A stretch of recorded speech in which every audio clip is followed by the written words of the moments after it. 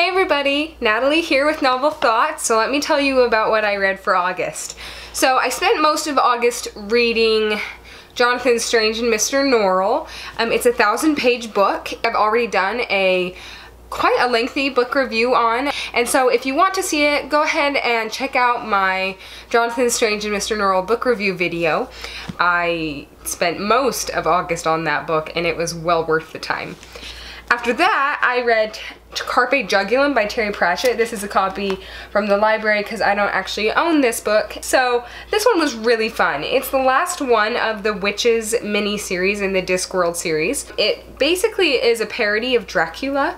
So I'm actually going to be doing a Witch series review very soon, just like I did with my Death series review. If you want to check that one out, I have a video about the Death miniseries from Discworld. But I'm still in the process of getting the Witch series review ready, so as soon as it's up, you can go ahead and enjoy that and listen to me tell you about the books in order and how they fit together, and which is a really fun, cool thing to do because Terry Pratchett has tendencies with some of his characters, and some of the things that he does with the witches are really fun. So I'll tell you more about this book later. So my next book was a play, Cyrano de Bergerac by Edmond Rostand. I love this play. Cyrano de Bergerac is one of my favorite characters. The reason it's so interesting is because it's a tragic comedy, which is super weird. Like, the storyline itself is tragic. But at the same time, the characters themselves and the situations are really quite funny. First of all, it's set in France, and Cyrano has probably the most panache of any character I have ever read. He is a Gascony cadet, and he is very proud. He is an amazing poet. He has a huge nose. He hates it because it keeps him from pursuing a romance with Roxanne, who is the woman he loves, because he thinks he's so hideous. But at the same time, he won't let anybody insult him about it without like challenging them to a duel or something. And so he has a really interesting attitude about his nose. Well, along comes Christian, who Roxanne is in love with, and Christian is very handsome, but he freezes up and can't speak to women, especially Roxanne.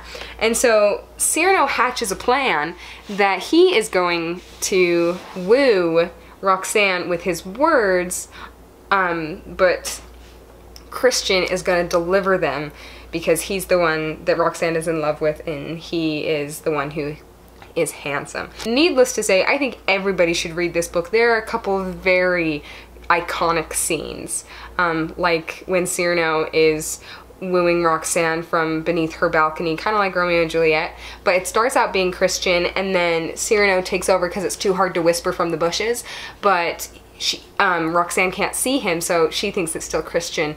There's just a lot of really amazing scenes. Christian insulting Cyrano about his nose, just, oh, great stuff. So I recommend Cyrano de Bergerac by Edmond Rostand to everybody. If you're gonna read a play, read this play. It's so great. It's funny, it's tragic, it's moving. I actually like nearly cried at the end. It's just amazing. It's amazing. I'm so glad I got to read it this month. And finally, I didn't get through very many books, only 4, but obviously that's because I was reading a 1,000-page novel, Jonathan Strange and Mr. Norrell. But the last book that I just finished is Virginia Woolf's book gone rogue. Virginia Woolf's Mrs. Dalloway. This was amazing. This book follows Mrs. Dalloway, who is planning a party in the evening, and it's just one day. And it follows a couple main characters.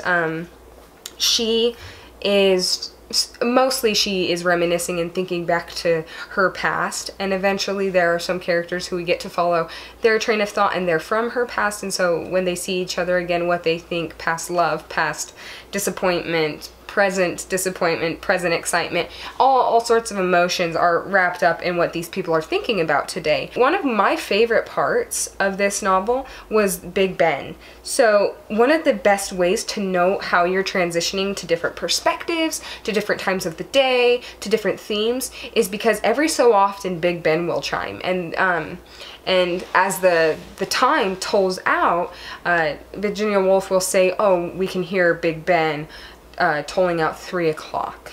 And so every time that happens, it reorients the reader, and it's actually a really handy way to feel like you know what's going on in the midst of a Virginia Woolf novel when it's hard to know what's going on anyway. So that's definitely a kindness, and not only is it super rhetorically cool, but it was super helpful as far as orientation within the book goes. What I like about this book is that it convinces you that remarkable things happen in the minds and the lives of everyday people. Sometimes I have felt a little wary of Virginia Woolf because she writes stream of consciousness, and that can be really hard to understand, to get into, to grasp at all. So if you're gonna read this book, I would highly recommend you just read it. Don't worry about plot. If you get information about characterization, great. This book is a book to be experienced. It's not really that immersive necessarily, but you just experience the words, you experience the language, you experience what people think about. It's a dive into someone's mind and what they think about in the course of one day. There's even a dream sequence, and as you experience it, notice what do you like, what don't you like, and that'll be a really good way to tackle Virginia Woolf. If you come out not understanding even what you read, that's fine, as long as you had parts of the novel that you really enjoyed.